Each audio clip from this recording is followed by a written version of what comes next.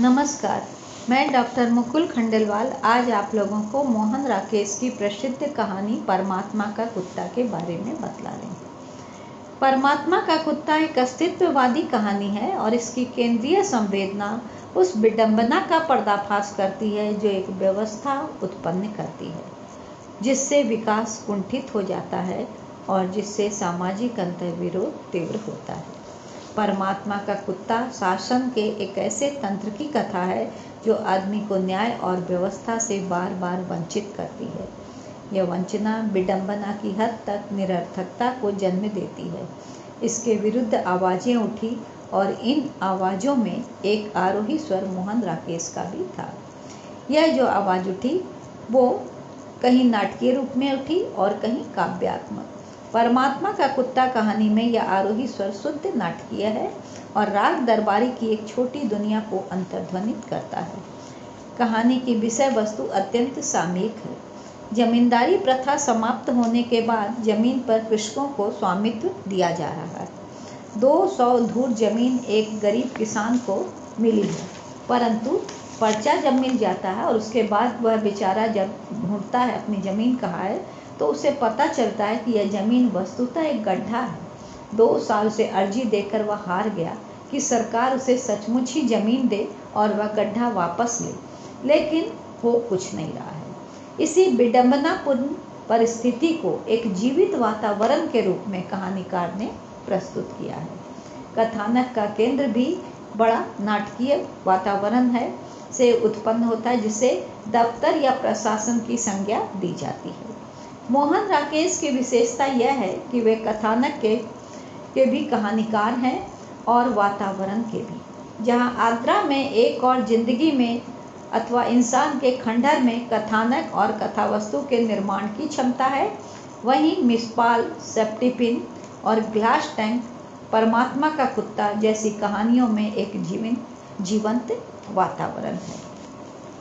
मिसपाल और सेप्टिपिन जैसी कहानियों में यह वातावरण वस्तु क्षेत्र का या प्रदेश का नहीं, आत्म प्रदेश का है, अर्थात मानसिक है।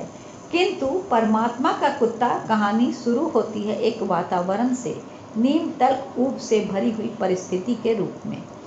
कहानी शुरू होती है यूँ, माने उसके शुरुआत में लिख रहे हैं कहानीकार लेखक मोहन राकेश, बहुत से लोग यहाँ वहाँ सिर लटकाए बैठे थे, जैसे किसी का मातम करने आए हों।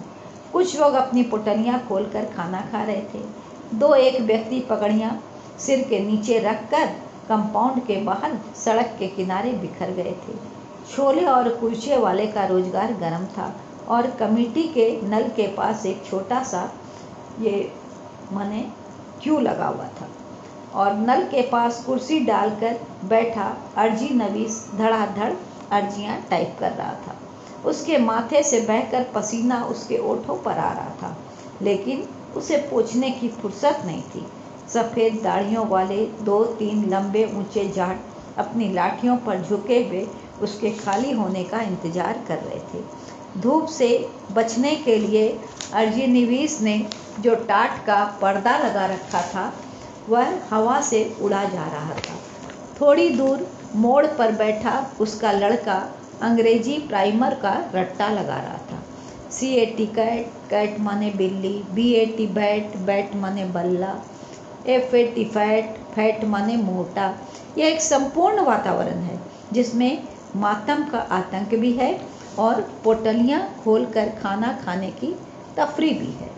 इन पंक्तियों को पढ़ते पढ़ते अचानक हमें कफन की याद आ जाती है, जहाँ बुधिया चीखती रहती है और घीसू माधव आलू छीलकर खाते रहते हैं। आतंक और तफरी का वातावरण एक साथ ही समकालीन वातावरण है। कथानक इसी के इर्द गिर्द बुना गया है। एक 70-75 वर्ष की बुढ़िया लोगों से पूछ रही थी वह अपने लड़के के मरने के बाद उसके नाम अलॉट हुई जमीन की हकदार हो जाती है या नहीं। ये सारी वास्तविकताएं एक निर्वैयक्तिक कठोर आत्महीन परिस्थिति का संकेत करती हैं। इसे अमानवीयता की संज्ञा दी जाती है। यह वस्तुतः निर्वासन की पद्धति है जहाँ हर आदमी अजनबी है, किंतु इस विडंबना को नाटकीय ढंग से वह देहाती जो बुढ़ा है वो तोड़ता है। बुढ़ा कहता है, तुम सब भी कुत्ते हो और मैं भी कुत्ता हूँ। फर्क इतना है कि तुम लोग सरकार के कुत्ते हो, हम लोगों की हड्डियाँ चूसते हो और सरकार की तरफ से भौंकते हो। मैं परमात्मा का कुत्ता हूँ, उसकी दी हुई हवा खाकर जीता हूँ और उसकी तरफ से भौंकता हूँ। और फिर वह बूढ़ा संत वाणी में कहता है, मेरा नाम है 1226/7। मेरे माँ बाप का दिया हुआ नाम खा लिया कुत्तों ने, अब यही नाम है जो तुम्हारे दफ्तर का दिया हुआ है। मैं 1226/7 हूँ, मेरा और कोई नाम नहीं है। मेरा यह नाम याद कर लो, अपनी डायरी में लिख लो, वाहे गुरु का कुत्ता 1226/7। बात यहीं समाप्त नहीं होती है। कुछ लोग समझाते हैं उस बूढ़े को, अरे बाबा शांति से काम लो, यहाँ मिन्नत चलती है, पैसा चलता है, धौंस नहीं चलती।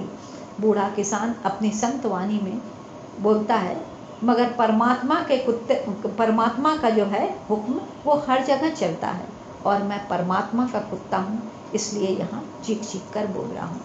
इसी बीच कमिश्नर साहब निकल आते हैं और भीड़ पर दहशत छा जाती है। साहब पूछते हैं, बूढ़ा साहस के साथ जवाब देता है, 100 मरले का एक गड्ढा मेरे नाम अलॉट हुआ है। वह गड्ढा आपको वापस करना चाहता हूँ ताकि सरकार उसमें एक तालाब बनवा दे और अफसर लोग शाम को वहाँ जाकर मछलियाँ मारा करें, या उस गड्ढे में सरकार एक तहखाना बनवा दे और मेरे जैसे कुत्तों को उसमें बंद कर दे। यह विडंबना के साथ विलाप का स्वर है जो और भी मार्मिक और आरोही बन जाता है। कहानी इसी वातावरण की पुंसत्वहीन प्रतिक्रिया में समाप्त होती है। मातमी वातावरण पहले से और भी गहरा हो जाता है। भीड़ धीरे धीरे बिखर कर अपनी जगहों पर चली गई। चपरासी की टांगें फिर स्टूल पर झूलने लगी। सामने के कैंटीन का लड़का बाबुओं के कमरे में एक सेट चाय ले गया।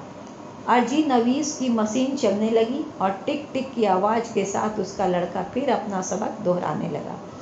PEN पेन, पेन माने कलम, HEN हेन, हेन माने मुर्गी, DEN डेन, डेन माने अंधेरी गुफा। इस अंधेरी गुफा में मुर्गी और कलम का खो जाना एक संकेत भी है और विडंबना भी है और एक निषेध भी है। कहानी यह बताती है कि दफ्तरशाही साधनहीन व्यक्तियों को बेहियाई और विद्रोह करने के लिए विवश करती है, और जब विद्रोह बढ़ने लगता है तब नौकरशाही दबकर काम करने लगती है। झूठे आत्माभिमान के भ्रम में यदि परमात्मा का कुत्ता अधिकारियों की शिथिलता बर्दाश्त करता रहता तो उसे जो थोड़ी सी जमीन मिलने वाली थी वह भी नहीं मिल पाती। और व्यंग्य की भाषा इस कहानी में हम देखते हैं। व्यंग्य की भाषा सामान्यतः नाटकीय होती है, उसका आरोही स्वर बार बार सुनाई पड़ता है, और जैसा इसमें हम बार बार सुनते हैं व्यंग्य की भाषा। प्रस्तुत कहानी में भाषा पर्याप्त शक्तिवान है और नाटकीयता का प्रदर्शन करती है। असंगतियों को निर्देशित करने वाली यह भाषा अत्यंत ही तीव्र प्रतिक्रिया करती दिखाई पड़ती है। मोहन राकेश जो हैं उन्होंने यह सिद्ध कर दिया है कि वे जहाँ कविता की भाषा का मार्मिक उपयोग कर सकते हैं, वहीं नाटक की भाषा का भी समर्थ और पूरा उपयोग कर सकते हैं। धन्यवाद।